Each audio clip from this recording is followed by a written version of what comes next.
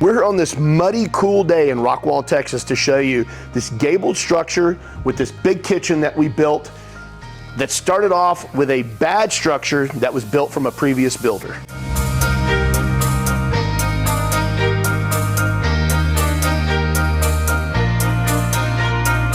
So this particular house had a patio already on it that came with the house. It was built with the house.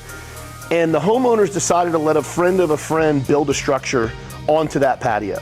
So they built kind of a pergola that had a cover on it, but obviously they weren't real happy with it. So they called us in, we came out, we tore all of that down.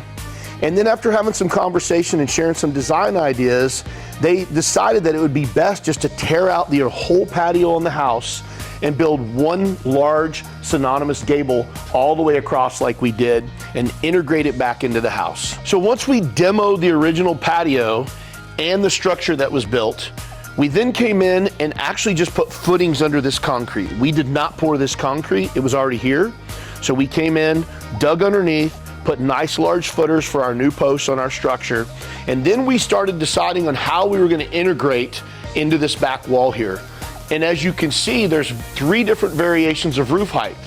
The right side is lower than the left, and the middle had major variations because of the old patio. So we clearly demoed that out and then designed our patio so it would structurally fit right in and just be synonymous with the original house. So after some design elements and talking through it with the homeowner, we came up with this. Roughly a 22 by 22 extended gable that was integrated completely into the house.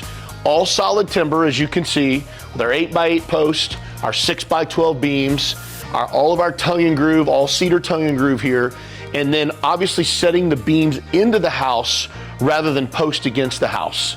This way, when you look at it, it's completely built in and looks original to the home. So another thing that was very important to this homeowner was the kitchen area. Not only do they want to be able to come out here and cook out, enjoy being outside, but be able to serve everyone. So we did build this massive, around 16 by 12 foot kitchen with a bar on the outside. Instead of doing a backsplash, they wanted just a flat countertop with a bar overhang and the ability to put bar stools all the way around it.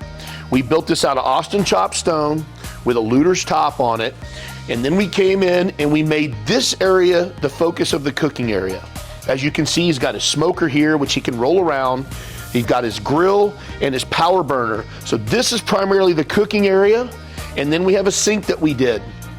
This particular sink has a sump pump and a basin under the counter there, which you can access through the storage door. That sump pump pushes the drain around the corner and into a bathroom clean out that's just around the house. Then you move over here, this is gonna be more of the bar area. You got the refrigerator, some storage here, trash can, and so essentially, people can sit all the way around this. He can cook here, serve here, and have a sink, and still be able to entertain and have lots of room for people to interact. Here's something to think about when you're building your outdoor kitchen, is your appliances. Even though we kind of ran through them, here's really the way you want to look at that. What all are you going to be doing? What do you want to do? And what would you do if you had a bigger space that could entertain more people? You really always want to think about that. And in this case, they did exactly what they wanted. They already have their roll around smoker, but we gave everything else a place to live. We have a primary grill.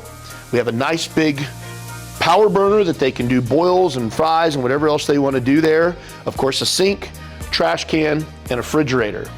The other thing you want to think about when setting your appliances is how you want to cook and how you want to integrate. Meaning, where do you want people to be? Where's the sun going to be? Where's the smoke going to be? How close are you to the kitchen inside? Where do you want your sink to land if you're doing a sink? And how do you want to be able to access and do things?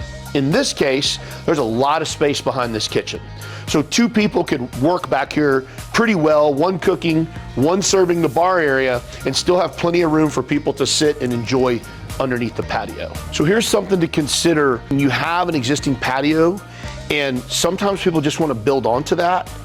Once you kind of show them the design elements and the things that you can do where you create more of a synonymous and a flow, and this is a great example. The old patio was right here, right over this doorway, and then it came over to about here somewhere and ended. And what we did is we tore all of that out.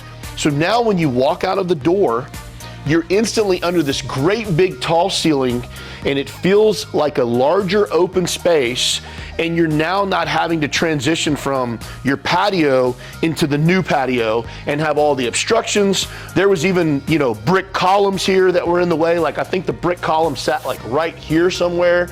And so all of those things are to be considered when you're thinking about demoing your existing patio and building in an entire new structure. So, timelines and cost. In this particular patio, it's roughly 22 by 22. We did a full demo of the existing home's patio and the additional pergola that was built. On top of that, we had to do footings, and then we custom integrated changing roof lines, which also created a few challenges, making sure that it all aligned properly, got proper water flow, and matched the home. Then we came in and did this big 16 by 12-foot kitchen.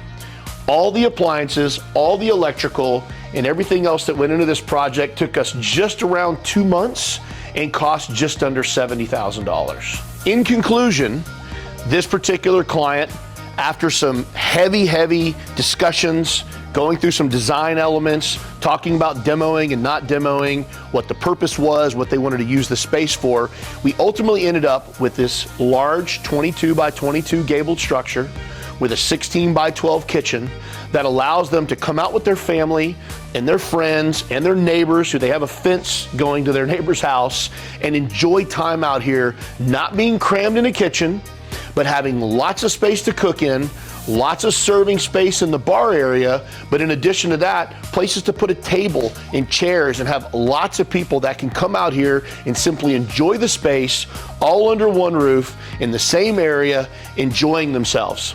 That was the best possible outcome they could hope for. We hope you enjoyed this video. We appreciate you watching. We wish you the very best in your build. And remember, always do the right thing.